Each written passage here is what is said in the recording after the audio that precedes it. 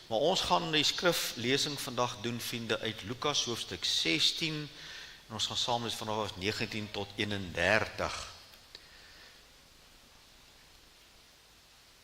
En ek het hier in die bank gesit, woensdag aand met die wederkomstdienste, en Dominee Hergie praat oor die, vorige aand praat oor die duiwel en sy uitbestemming, en toe praat hy oor die hel en die bevolking daar, het my hart so opnuut geruk geword, en ek het aan hierdie boodskap gedink. Ek het hierdie boodskap baie jare terug iewers gepreek, maar ek kry glad nie my notas nie, so ek het hom weer vars uitgewerk, maar dit is toch 'n ding wat my aangegryp het, toe ons weer oor die hel gepraat het, en as jy daar op sy kaart kyk, wat hy nou later sal kom haal, heel op die middel is die wit troon groot oordeel, en dan onder die verdoemenis van die hel.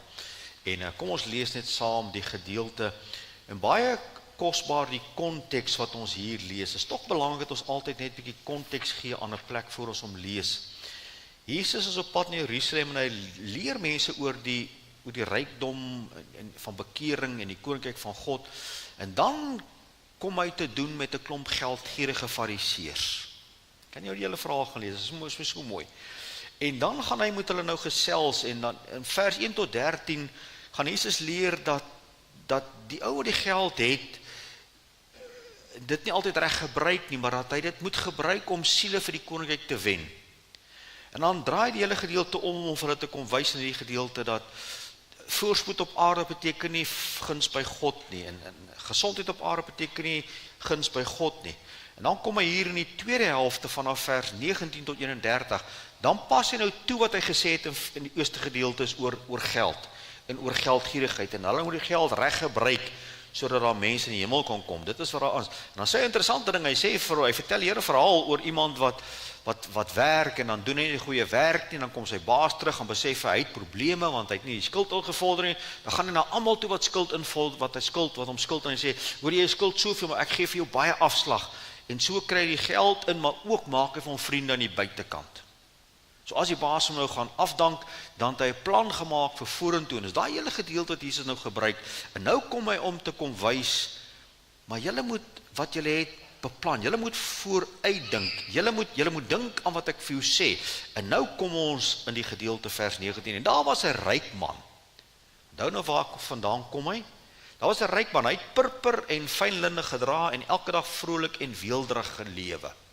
En daar was 'n bedelaar met die naam van Lazarus, wat vol swere voor sy poort gelê het. En hy het verlang om homself te versadig met die krummels wat die ryk man se tafel val. Ja, selfs die honde het gekom en sy swere gelek. Toe die bedelaar sterf, is hy deur die engele weggedra na die boesem van Abraham. En die ryk man het ook gesterf en is begrawe. En toe hy in die doderyk sy oë ophef, sien hy dat hy in smarte was. En sien hy Abraham van ver af en Lazarus aan sy boesem. En hy roep en sê, Vader Abraham, wees my barmhartig en stuur Lazarus, dat die punt van sy vinger in die water kan insteek en my tong verkoel, want ek ly smarte in hierdie vlam.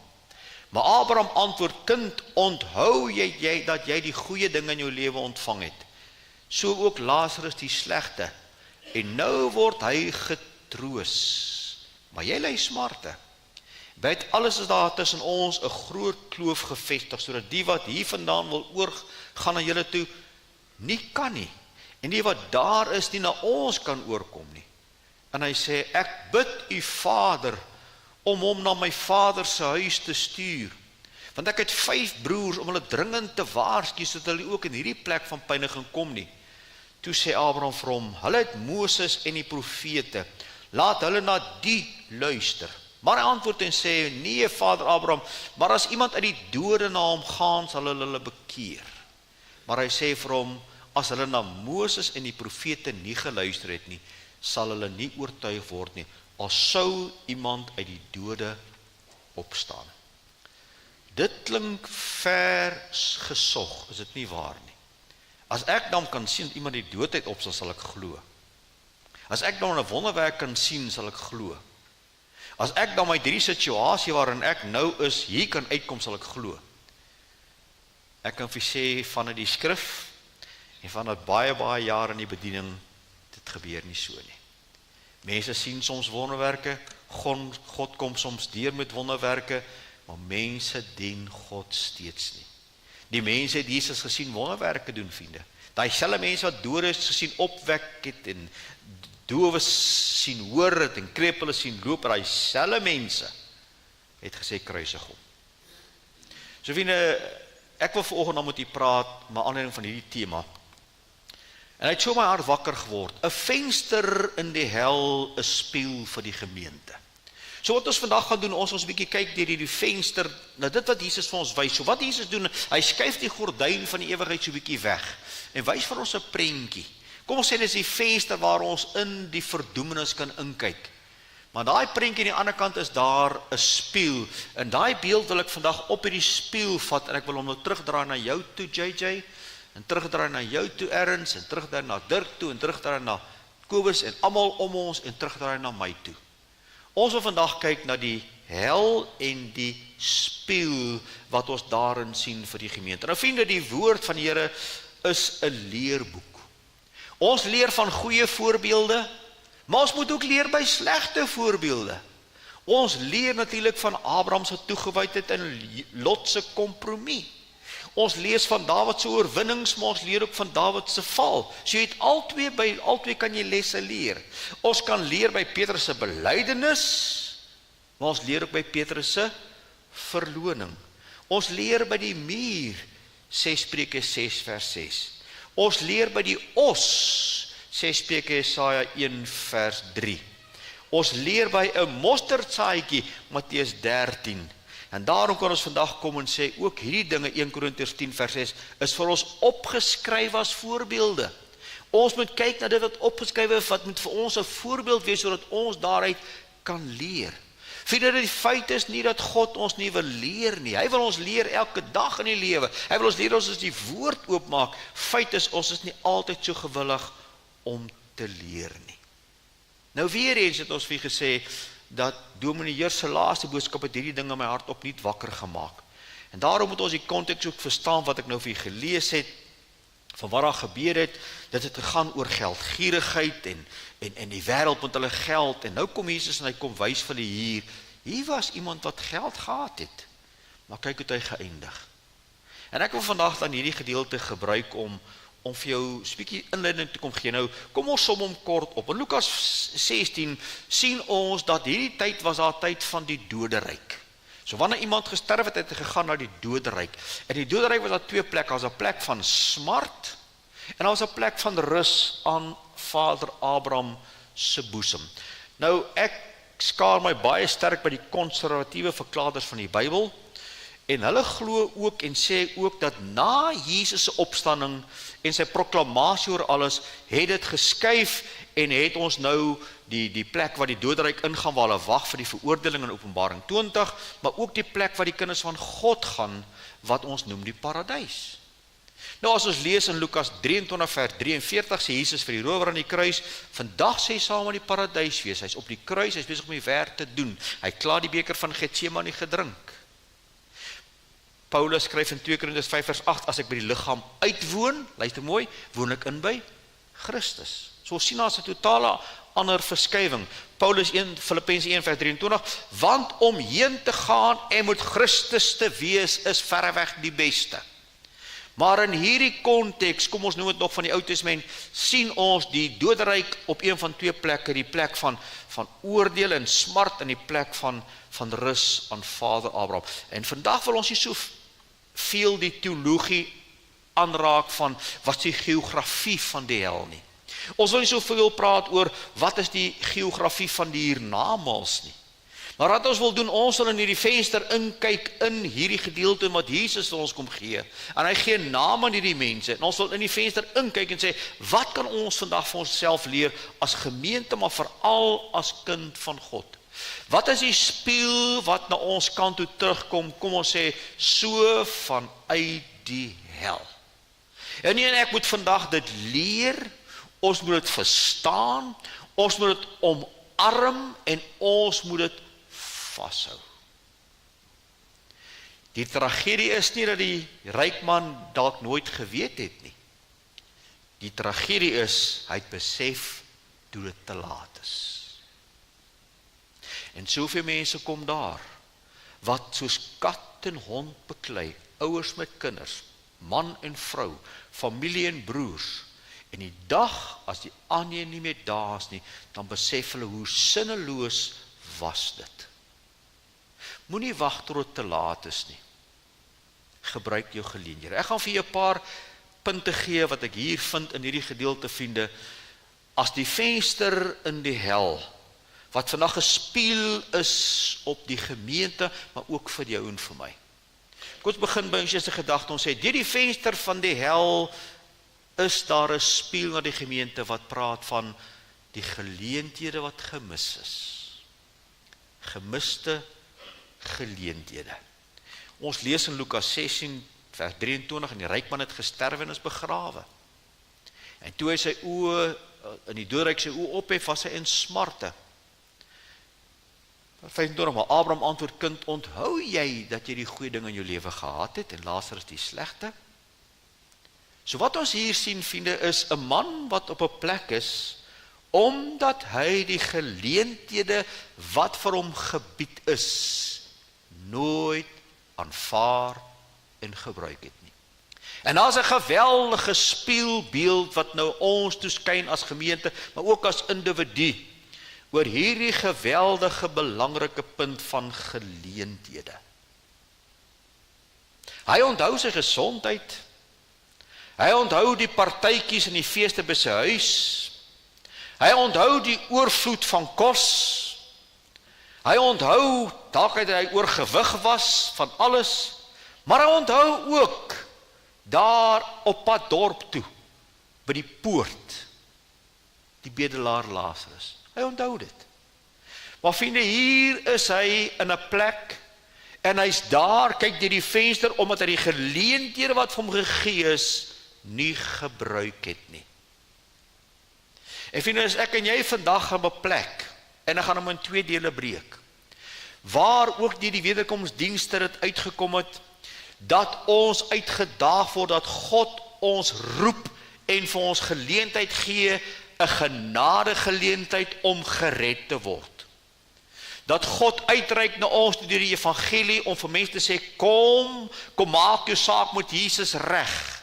Hy wil vir jou die ewige lewe skenk, hy wil hê jy moet los, en hom volg met jou hele lewe. Dit is die roepstem wat na ons almal kom, om ook gered te word.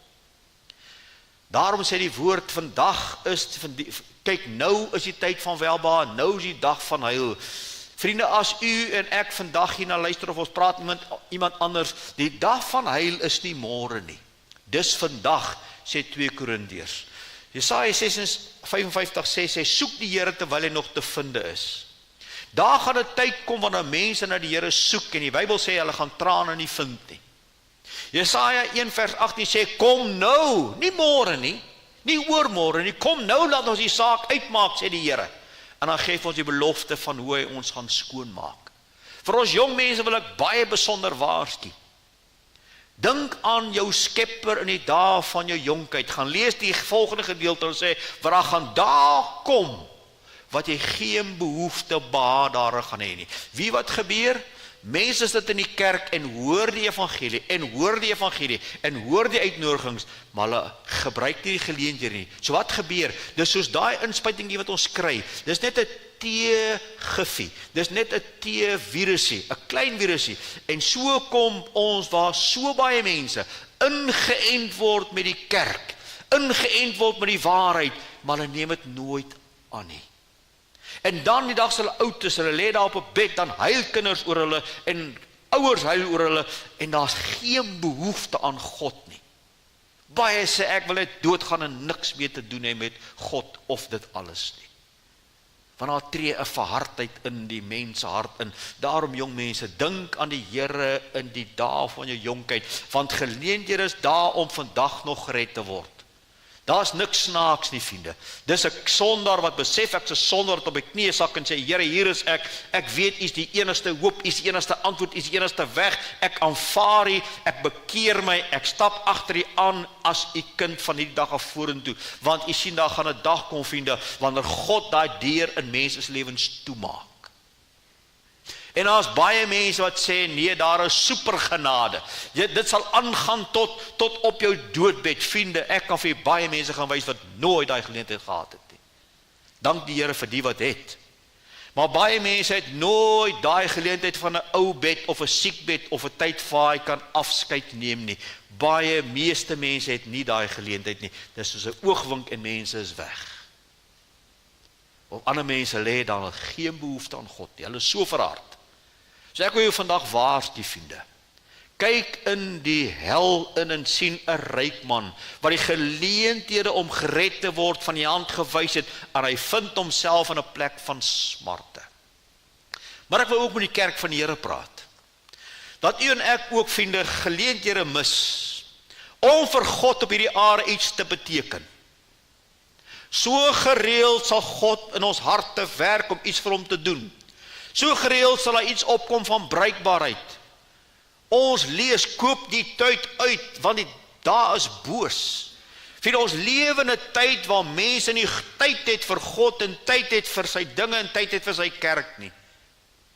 Terwyl daar geleentheid is, terwyl daar 'n oop kerk is en 'n oop deur is, terwyl daar 'n gemeente is, terwyl daar geleenthede vir is om iets vir Here te doen, is so baie mense eenvoudig soos vandag se jeug, en almal is nie sorry, dank die Vader, ek bly in Brits. Maar as jy aan Johannesburg kom, en daai plekke in Amerika waar hulle met broeke loop wat tot op die boutjies hang en hang skouertjies, dis so baie mense lyk geestelik. In plaas om op te staan en vir Here iets te doen, laat hulle die geleenthede verbygaan. Mis eredienste asof dit niks is nie. Mis my stilte tyd asof dit niks is nie. Mis my tyd van gebed asof dit nie belangrik is nie. Ons gebruik die geleenthede nie om te getuig nie. Ons gebruik die geleenthede nie om goed te doen aan die huisgenote van die Here nie. Ons gebruik nie om sy saak te gee nie. Ons gebruik dit nie om te bemoedig nie. Hy gee vir ons soveel geleenthede om getrouheid te leer. Leer getrouheid. Leer om te groei geestelik. Leer om te groei in jou gebed. Leer om te groei in jou verhouding. Leer om te groei in jou huwelik. Leer om 'n verskil te maak in die lewe. Jy het geleentheid vandag. En soveel mense speel met hulle geleentheid. Ek wil jou vandag waarsku, kind van God. Jou uurglas loop leeg. En as jy vir die Here iets in hierdie wêreld wil beteken, moet jy dit vandag besluit. En jy moet dit begin doen. Jy moet kies wie jy volg in daai gedeelte, of mammon in die wêreld of God en sy saak. Maar ek en jy moet op 'n punt kom waar ons besef, my uurglas loop uit, en die geleenthede wat God vir my gee om goed te doen, om te getuig, om te gee, om 'n bediening tot stand te bring, om iewers te gaan help met 'n ander bediening, om iewers my gewig in te gooi, daai geleenthede loop uit.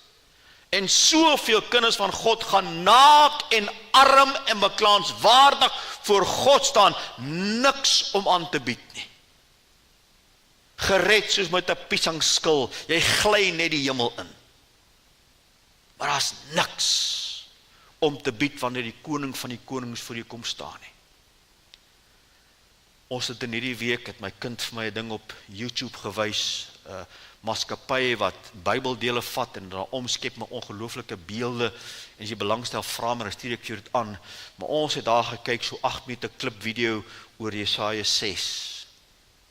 Oor hierdie man wat so afstap in die trappe en dan hy inkom en daai kleed van die Here die plek so vol maak en hy rook en dan wat hy sien en wat hy hoor. En daar het ons gesit en geween. Ons het almal geween, want daar gaan 'n dag kom wanneer ons hierdie heiland gaan sien vir wie hy is. Nou nooi hy, nou gee hy geleenthede, nou sê hy kom maak 'n verskil. Ek vind dit is nie verkeerd om te bid vervul die sitplekke nie, is heeltemal reg. Maar kom ek gee vir jy beter gebed. Vul die harte wat die is met Christus. Want as ons harte gevul is met Christus en ons begin sy wil doen, dan sal al die ander goed in lyn begin kom. Dan gaan mense terugkeer kerk toe wat jare nie hier was, en dan gaan mense behoefte hê na die woord van die Here, want Jesus is hier, en hy het gesê, as ek verhoog word, help my, sal ek mense na my toe trek. Wat maak jy met die geleenthede wat die Here vir jou gee vandag? Ek vra vir jou, kind van God, en ek waarsku vir jou, moenie voor die Here gaan staan met niks. Gebruik jou geleenthede. Maar 'n tweede gedagte ek sien, vriende, deur die venster van die hel sien ons 'n spieël na die kerk van die werklikheid van die ewigheid. As ons nou hier saam lees, dan sien ons, en die ryk man het ook gesterwe. Nou gaan voor hom, hy het gelewe, en hy het gedrink, en hy het partytjies gehou, en hy het oorvloed gehad, hy het diensknegte gehad, en die ryk man het gesterwe, en is begrawe. En toe is hy dood, in die doodryk sy oë ophef, terwyl hy in smart was, sien hy Abraham van ver. En dan sê hy, daar is 'n skeiding tussen ons, jy kan nie oorkom die kant toe nie. Wat leer ons daar? Die ewigheid het aangebreek. Jy kan nie teruggaan na die geleentheid wat jy gehad het nie. Die ryk man ontdek, die dood is toe die einde. Die ryk man ontdek, almal wat gesê het, hulle is in die hemel is saam met hom daar. As baie mense het gedink, hulle is nie daar nie. Baie mense dink ons is op pad hemel toe om daar op te eindig. Hy ontdek, daar's geen ateïste hier nie. Mense wat so hulle vuis gebaal het na iemand anders. Mense wat hulle monde so vol het oor die kerk en oor die Here Jesus en oor sy woord. Kom agter daar so plek en dit is ewig. Dis ewig. Vriende, wat is die ewigheid? Dit is presies wat dit is, die ewigheid. Kan nou vir jou prentjie gee, jy die perspektief kan kry. Maar kom ons praat oor die ewigheid. Hierdie man het nog gedink, hy het alles intakte by mekaar, en een oomblik toe sy in die ewigheid. En Abraham sê vir hom, jy kan nie oorkom nie. Dis finaal. Vriende, die dood bring finaliteit. Daar is nie 'n vage vuur na die dood om jou siel te reinig nie. Dit is 'n leuen uit die swaalbrand hel. Vandag is die dag van heil. Roep my aan terwyl ek naby is. Die ewigheid is 'n realiteit wat ons elkeen voorstaan, vriende. Hier is die afgrond voor my, die ewigheid is daar. Jy weet nie waar is jy nie, jy's dalk daar. Jy's dalk hier. Jy's dalk hier. Jy's dalk nog hier. Maar wat ek vir jou sê, jou rigting is vorentoe. Uiteindelik gaan jy en ek die ewigheid in. En in die Nuwe Testament weet ons, jy's of by Christus, of jy is in die verdoemenis. Ek wil hê jy moet besef, vriende, daar is 'n ewigheid wat wag, en die kerk moet weer die ewigheid sien vir wat dit is, 'n werklikheid. Iets wat aan die kom is. Iets wat niemand gaan vryspring nie. Ek en jy en elkeen na buite het 'n afspraak met die ewigheid. Jy sal hom nie kanselleer nie. Jy sal hom nie uitstel nie. Die ewigheid is 'n realiteit wat hierdie man besef het, maar te laat.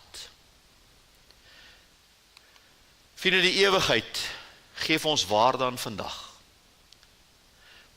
2 Korintiërs 4 vers 18 sê ons let nie op die sigbare dinge alleen nie, maar op die onsigbare, op die ewige. Dis om net jou perspektief weer te draai en te sê, kyk het na 'n ander bril. Kom ek wys jou, hier het ek 'n leesbril op. En ek kan nie lekker daar agter sien nie. Hier is my verkykbril. As ek hom aansien, sien ek tot die knoop op jou baadjie. Ek sien die bril van Reinhard, ek kan sy vorm mooi alles sien. Vir ons moet die bril van die tydelike verruil vir die bril vir die ewigheid. As jy dit nie wetend gaan doen nie, gaan niemand dit vir jou doen nie. Die vyand sal sorg dat jy besig bly met die dinge van die wêreld. Kyk met 'n ander bril na die wêreld. Onthou, die kerk is geroep om die ewigheid te beïnvloed. Die boodskap van die kerk moet die ewigheid verryk.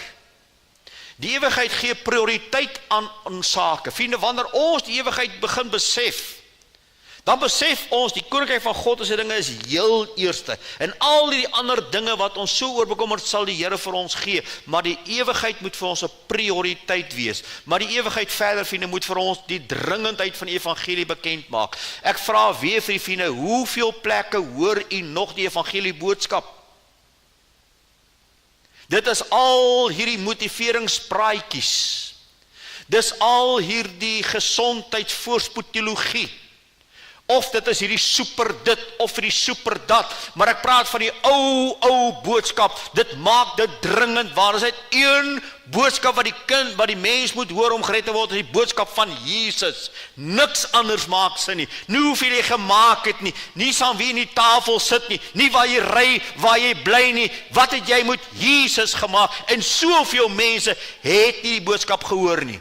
Ek self kom uit 'n kerk uit waar ek het nooit gehoor het nie. My vrou was een van die getrouste lidmate van haar kerk, sy het het nooit gehoor nie. Sy weet daar's 'n nood, sy weet daar's ietsie kort, tot jy kom by 'n eenvoudige kerk soos die en jy hoor van Jesus, jy moet gered word. Vriende, dis die boodskap wat ernstig moet kom in ons lewens. Die mense het die evangelie nodig, al weet hulle dit nie. En die ewigheid bly jou verantwoordelikheid. Here sê vir jou, jy moet regmaak hiervoor. Ek waarsku jou, ek sê jou, ek herinner jou deur 'n venster in die hel.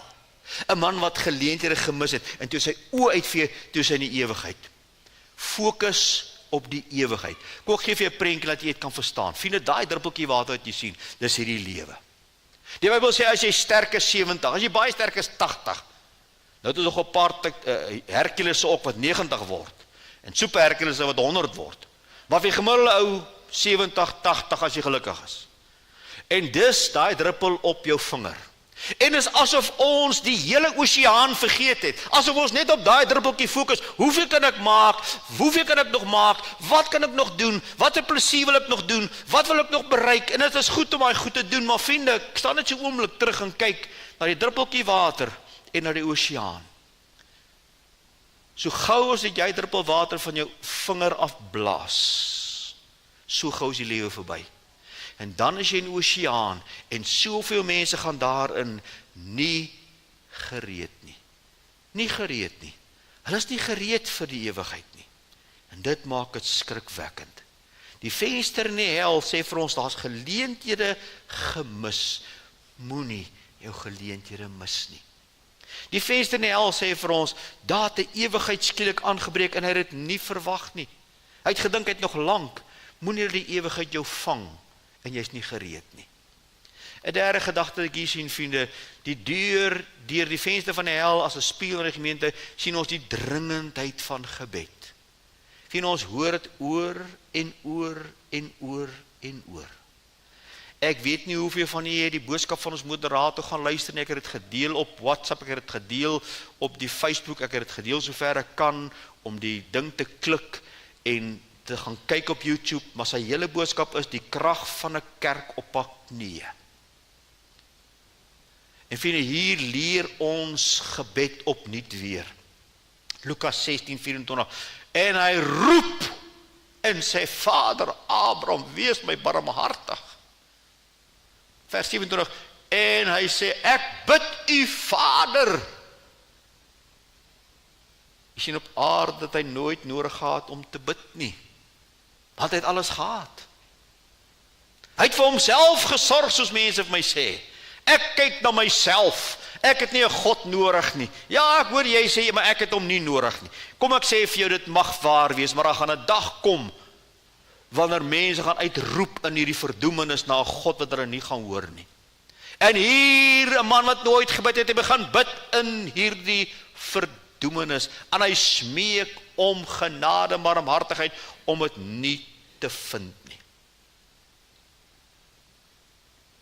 So tragies, dat mense wat vandag die geleentheid het om te bid, omtrent nie bid nie. Ja, as iemand vir my, ek hoor, jy hou nie bidure nie.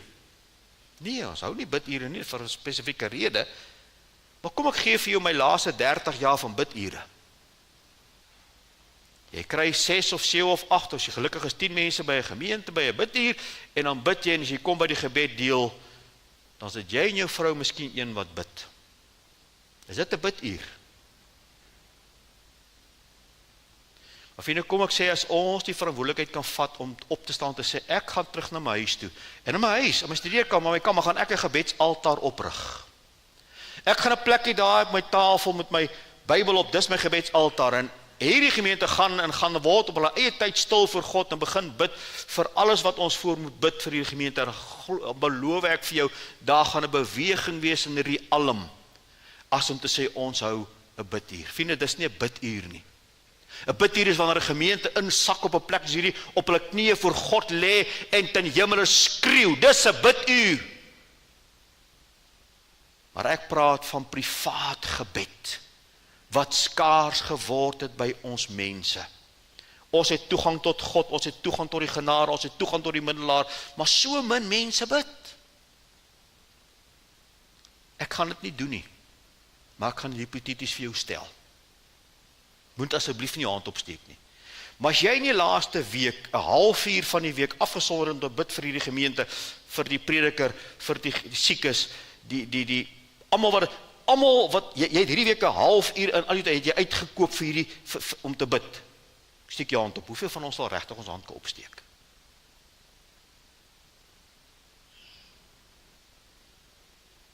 Jy sien, vriende, ons kan bid. Dit is 'n geleentheid om te bid, maar ons doen nie. En dit is nie 'n beskuldiging nie, ek wys die eerste vinger na my. Om te sê, daar is een ding in my lewe wat ek meer moet doen, meer aandag moet gee, meer op my dagboek moet sit, is tyd vir gebed. Tyd met die woord, tyd met die Here, ons almal weet dit. Maar om mekaar net weer opnuut te herinner, want jy sien, Here het aangeneem ons gaan bid.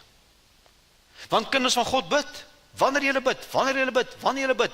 Dit is nie asof ons gaan bid. Maar wanneer ons met baie meer gefokus bid, roep my aan en ek sal jou antwoord. Psalm 55, soggens en snaans, klaag en steen ek en jy hoor my stem. Matteus 7, bid en vir julle sal gegee word, soek en julle sal vind, klop en vir julle sal oopgemaak word. Jakobus 4, julle het nie, want julle bid nie, en as julle uiteindelik bid, dan gaan dit net oor julle self. En dan die mooi teksvers wat ek vir jou wil gee, Jakobus 5 vers 16, die vurige gebed van die regverdigheid groot krag. Dink vir jouself vir 'n oomblik, wat sal gebeur as 'n gemeente soos hierdie opstaan, sê 200 mense kom herstel hulle gebedsaltaars. Hulle koop tyd uit in die week om by daai altaar te gaan stil word, sê Here, ek kom staan voor u en ek kom bid. Vir al die ander sake gaan nou so vinnig vir jou wys, maar net om dit te doen. Maar wie vind so baie mense bid nie. So baie mense gee geen erg daaraan nie. Tot die dokter sê ek het slegte nuus. Ewe skielik bid hulle dan. Doodgebeure. Wanneer die baljoen die deur klop, dan bid mense. Dis nie verkeerd nie, maar vriende, God wil hê sy kerk moet kyk na die hel en sê, hierdie man bid en hy wil hê ons moet bid, ons moenie wanneer die skip sink, gebed wil bou nie. Dis soos daai prentjie wat ek daar vir jou gegee het. Dis hierdie skip gaan nou sink. Nou sê hulle, kom ons gaan bou gou 'n reddingsplek, reddingsboot. Moenie wag tot jou boot sink voor jy begin bid nie. Leer om te bid. Koop boeke, gaan lees op, maar begin bid. Kom ek gee vir so 'n paar voorbedes. Dat ons sal gaan intree, gaan kyk wat die tekste sê, intree vir alle mense. Dat ons smeekgebede sal opbring, smeek die Here vir redding van kosbare siele. Smeek die Here dat sy kinders weer 'n vuur in hulle harte vir hom sal hê. Smeek die Here dat mense se harte met Christus vervul sal wees. Gaan smeek God by jou gebedsaltaar.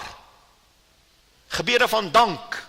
Maar ons kan kla, dit kan ons maklik doen, maar om te gaan sit en sê dankgebede, lofprysing en aanbiddingsgebede. Om te bid vir sy werk en sy werkers. Ons opdrag, bid vir my, sê Paulus. Gebede vir die werk van die Gees van God, o Gees van God, kom beweeg, kom stuur, begin by my. Redding van siele, herstel van sy kinders, gebede wat aanhou slaan en aanhou slaan. Vriende, hier voor my wil ek hê moet 'n prentjie sien van 'n groot klip. En ek het 'n 4 pond hamer, Die twee kyk vir mekaar, het lyk of die een die ander gaan heeltemal oordonder. Die klip is groot en die 4 pond hamer se maand, maar as ek begin slaan op een plek. En ek bly slaan. Wat gaan gebeur uiteindelik met daai stuk klip? Help my.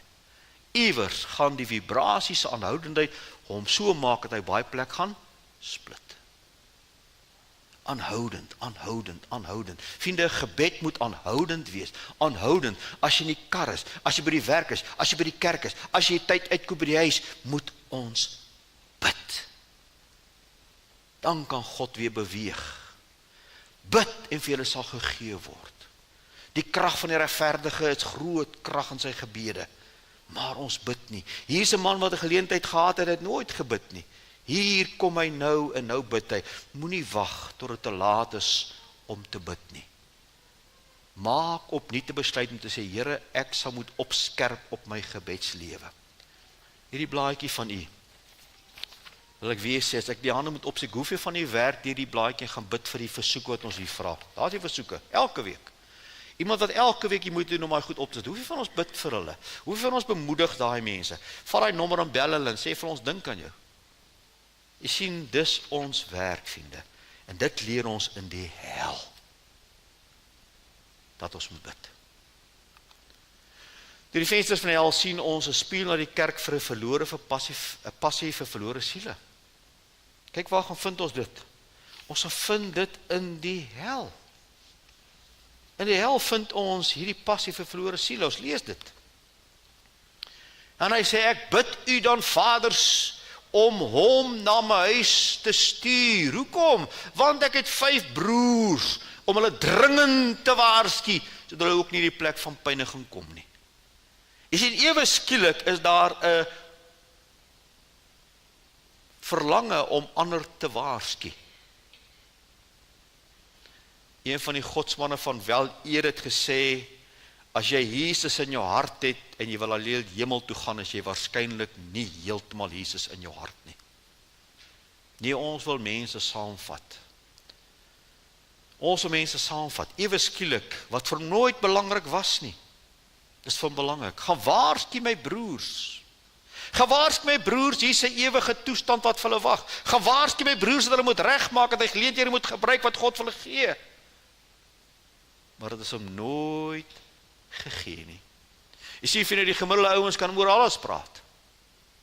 Oor alles. Kan oor sport praat, en politiek, en vermaak, en inkopies. Maar hoeveel van ons vergeet van daai verlore siele, van sy saak? So baie dinge wat ons op ons bord het, so baie dinge wat ons besig hou, wat ons aandag vat. En die Here sê, koop die tyd uit, op meer as een plek. Want dis die lewe waarin ons lewe. Gebed moet opnuut weer 'n plek in ons lewens kry wat hy nooit gehad het nie, en hy moet toeneem daarin. Paulus die voorbeeld, hy bid vir Israel tot hulle redding. Judas sê jy moet vir hulle bid en vir hulle gaan ruk soos hout uit 'n vuurhout uit. Daniël 12 vers 3, die verstandige sal glins soos die glans van die uitspansel, die wat baie tot regverdigheid lei sal soos sterre skyn vir ewig in altoos. Die wat met trane saai, sal met gejubel maai.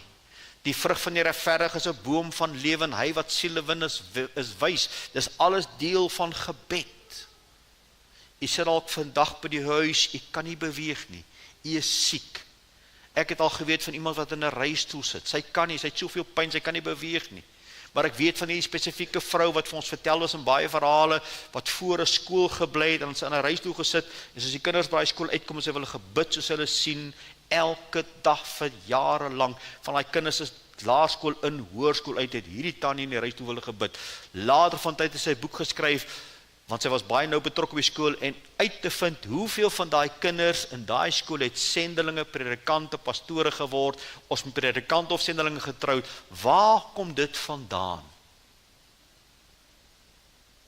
Van tannie wat nie in die kerk kon wees nie, tannie wat nie veel kon doen nie, maar sy kon bid. Dit is die grootste bediening wat die minste aftrek kry. En ons staan en kyk hoe ouens huise afbrand. Ons kyk hoe mense op pad is na die ewigheid. Het jy al gesien as ons so by 'n vuur staan en 'n huis brand, dan staan ons so en sê, "Maar wat sy meubels het hy gehad?" Wat sy maak, yskas het hy gehad.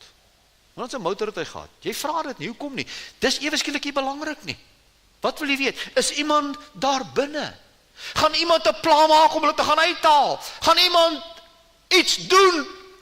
Vind ons kyk na die wêreld wat vergaan en ons praat oor alles, behalwe oor hulle siele wat verlore gaan. Bid dat God hulle sal ruk soos vuurhout uit die vuur. Gebed. Die hoofbediening van die gemeente. Dink gou terug vir 'n oomblik, vriende. Dink gou terug vir 'n oomblik. Jesus het 'n paar dinge gedoen, hy het gepad oor die vyeboom wat blare het, maar die vrugte nie, hy het veroordeel. Hy het dit gedoen en tussen die aanlesing kom hy en toe het hy in die tempel gekom en hy het kwaad, hy het homself ontstel en hy die tafels omgegooi en die mense uitgedryf. En toe sê hy, wat help my, wat het hy gesê? Kom ek gaan vir jou sê hoe dit klink. My huis sal 'n huis van entertainment wees. My huis sal 'n huis van lofprysing en aanbidding en sang wees en voorsangers en bands en ligte. Nee. My huis sal 'n huis wees van mense met statuur. Wat het hy gesê? Gou julle. My huis sal 'n huis van gebed genoem word. Nou vind nou help weer vir my, kan hierdie gebou 'n huis van gebed wees? Kan hy bid? Nee, maar jy kan. As ek en jy uitgaan en ons gaan begin ons altaartjie weer in plek kry en ons begin daar om te bid, dan word ons 'n huis van gebed. Mag die Here vir ons werklik help om nie te kyk na die brandende gebou en brandende mense en stil te bly nie. Raak dan eerder ongewild, maar saai Jesus, saai in gebed. Ek het in die een aand het ek met Pieter gedeel, daar agter jong Pieter, dat ons wil baie keer te veel met mense praat oor God. Begin met God oor mense praat, vriende. Begin mense se naam vir God noem. En wanneer God die beweging in 'n hart bring, dan praat jy en jy gee vir hom die oplossing. Maar ons is soms so moeg gepreek deur mense wat met die Bybel onder die arm loop, mense wat almal wil bekeer. Ek het gister weer een van ons lidmate gekry, ek sien nou nie vanoggend hier in die dorp. En ons sit so en praat en sê, ag dominee, ek is so ontstel, ek sê, wat's fout my broer? Hy sê, groot sakeman hier van Brits, groot kerkman, altyd die kerk voor in die Bybel onder sy arm, het my weer gesluk met R20.000. En ek sê vir my vriend, asseblief, ek het daai geld nodig, hy sê vir my, vat my hof toe seun. Vat my hof toe seun. Vriende, bær die Bybel onder die arm by die huis. Gaan lewe wat tel en begin bid vir mense. Deur die venster van die hel sien ons die spieël na die gemeente van 'n dringendheid en die genoegsaamheid van die woord. Jy sien vriende, hierdie man toe hy daar praat en hy sê, laat iemand nou die doodheid opwek en gaan, toe sê Abraham, nee, hulle sal nie luister nie. Hulle sal nie luister, al gaan iemand die doodheid en dit is bewys. Dis bewys. Ek het jare terug die geleentheid gehad in 'n genesingsdiens om te bid vir klomp mense. En ek het vir 'n man voor my gebid en langs met my dogter gesit en ek weet iemand het vir my dogter gebid, ek vir my dogter, ek kan nie onthou nie, maar kom ons, dan maak nie saak nie, maar ek onthou die ou langs haar terminale kanker, 3 maande. Week later ek is 'n oproep, hy is by die kankerplek, hy is skoon. Jaar later opgevolg met sy sussie en gevra, dien die man die Here? Nee, dominee, hoor is min.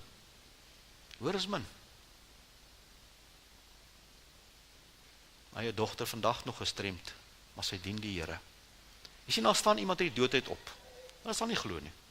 Hulle moet die woord glo, want die woord is die saad van die lewe. Die woord moet in die hart ontkiem. Die woord saam met die gees bewerk wedergeboorte. Hulle moet die woord hoor. Dis wat hy vir hulle sê. En die kerk moet weer terugkeer na die woord van God. Die huise moet weer terugkeer na die woord van God. My persoonlike stilte moet terugkeer na die woord van God. Nie wat sê Piet of Sannie of Stefan of Gertjie. Dis belangrik, is ook mooi. Maar jy en ek moet terugkeer na die woord. Hy moet 'n plek hê dat ons daar sit. Hierdie ou vra, Abraham sê nie vir hom van wonderwerke en signs and wonders en hierdie pragtige musiek. Nee, die woord van God. Sit hom sentraal. Petrus kom herhaal dit. Die Die woord kom herhaal het. Laat die woord die lamp wees vir my pad en die lig vir my voet. Petrus sê, ons het 'n profetiese woord, wat baie vas is. Ons moet daarop ag gee soos 'n lamp wat in 'n donker plek staan. Die hele skrif is deur God ingegee. Is nuttig tot lering, teregwysing, onderwysing in die geregtigheid, sodat die mens van God volkome kan wees vir elke werk volkome toegerus. Het jy al gehoor ons sê dat elke wie naam van Here aanroep sal gered word? Jy al daai teksvers gehoor? Kom ons kyk gou wie dit al gehoor. Kom al gehoor? Ja. Elke wie naam van Here aanroep sal gered word. Jy het al die konteks van daai vers gelees. Kom ek gaan die konteks vir jou gee. Dan kyk jy vir my of gevoel wat ook al 'n plek speel, wat speel die finale rol? Kom ons lees. Want elke wie naam van Here aanroep, sal gered word. Lees nou vers 14 saam. Hoe kan hulle dan aanroep in wie hulle nie geglo het nie? En hoe kan hulle hom glo van wie hulle nie gehoor het nie? En hoe kan hulle gaan sonder een wat? Preek. En hoe kan hulle preek as hulle nie gestuur is nie? Soos geskrywe, hoe lieflik is die voete van die evangelie van vrede verkondig. Vers 16, maar hulle was nie almal gehoorsaam aan die evangelie nie. Want Jesaja het gesê, Here, wie het ons prediking geglo? Vers 17. Dus die geloof is uit die gehoor en die gehoor is uit die woord van God. Vriende, as mense deur die woord van God en sy gees beweeg word, hou dit. As mense beweeg word deur emosie en skuldgevoelens en nog 'n kruisie bytsit op my lysie, as dit die motivering is, ek kan vir u weer eens sê, na 35 jaar, dit hou nie. Dit hou nie. Die woord moet die anker wees. Hulle het Abraham en die profete laat hulle daarna luister. En kom herstel in die hel vir ons weer die sentraliteit van God se woord. En dis wat hier gepreek moet word, en die dag as dit verander, dan maak hulle die kerk toe. En jy jaag almal in die see in, want dis hoekom ons lief is vir die kerk, want die woord het nog die sentrale plek, waarvoor ons God dankbaar is. En hierdie woord is die tweesnydende swaard, wat insny tussen gees en siel, tussen gewrigte en murg, as 'n beoordelaar van die hart. Jy sien soveel mense, of hoor dit nie, of soveel mense stel nie belang om te kom hoor nie. Daar is nie honger en 'n dors na God se woord nie. En vriende, ons het vandag gekyk na 'n venster in die hel in. En daai goed gooi ons nou op 'n spieël in die kerk in. En ek en jy kyk nou na die spieël, en wat ons nou sien is net die volgende. In die gedeelte gaan leer ons oor gemiste geleenthede. Vanoggend is jou geleentheid. Miskien moet jy vanoggend sê, Here, ek ken U nie regtig nie. Dink so, ek het so gehoop, maar ek besef ek ken U nie. Dan is vanoggend jou geleentheid. Miskien is vandag jou geleentheid so, Here, ek hou op loodswaai tot hier toe. Here, ek slaan die hand aan die ploeg. En ek begin saamwerk met U saak, maar ek gaan nie meer verder geleenthede mis nie. Ons kyk na die werklikheid van die ewigheid. Moenie wag tot jy jou inhaal nie.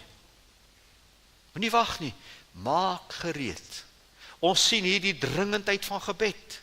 Dat God opnuut sy kerk wil opwek om weer in ons huise, vriende, pilare te hê wat brand van gebed, natuurlik in die kerk ook.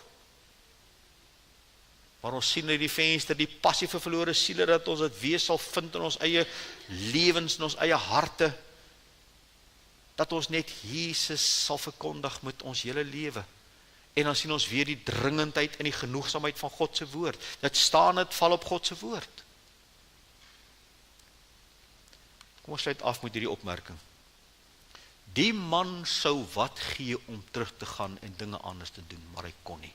Dink aan, laat dit insak. Die man sou wat gee om te kan teruggaan en dinge anders te doen. Wat sou hy anders gedoen het, dink julle? Nou, as hy geld begin gebruik het om die saak van God te bevorder, hy sou eers 'n plek Jesus koning van sy lewe gemaak het, hy sou begin om die regte ding te doen, dis wat hy sou doen. Hy sou begin om ander te vertel, maar hy kon nie. Nou hier is nou die spieël. Ek en jy die geleenthede wat hy nou mis, maar so baie gebruik het nie. En hier is die skrikwekkende deel. oor 'n uur van nou af, het die grootste deel van ons vergeet waaroor ons vanoggend gepreek. Want ons is nie ernstig genoeg daarmee nie. As jy ernstig is met die woord, kry die PowerPoints, kry die opname, luister dit, raak stil, luister dit, raak stil, bid, luister, raak stil, maak dit jou week se missie en laat dit goed insink. Toets jouself Woensdag aand of jy nog die paar punte kan onthou. Daarom sê Here het geleenthede, daarom sit ek af. Vandag as jy sy stem hoor, verhard nie hulle hart nie. Here, baie dankie vir hierdie stukkie venster, waarin ons kon kyk en soveel lesse kon leer. Dankie dat U vandag hierdie lesse wat baie duisende jare oud is, vir ons vars opnuut in ons harte kom saai. My gebed is dat U hierdie saad sal ontkiem in elke hart. Elke wat hierdie boodskap hoor, sal herbesin, so 'n bietjie in hulle lewe die pause-knoppie sal druk. Miskien moet rewind en weer begin. O Here, is 'n ernstige woord en ons bid dat U die erns daarvan in ons harte sal laat besef. En ons kom vertrou U as die naprediker van U woord om dit te kom doen. Vader, ek vra dit in Jesus se naam. Amen. Hier kom ons sluit af met 'n pragtige halleluja wat so mooi aansluit by van ons punte. Dank Heer vir ure van gebed waarin U my van sorge red. Kom ons staan, ons sluit af met daai pragtige lied asseblief.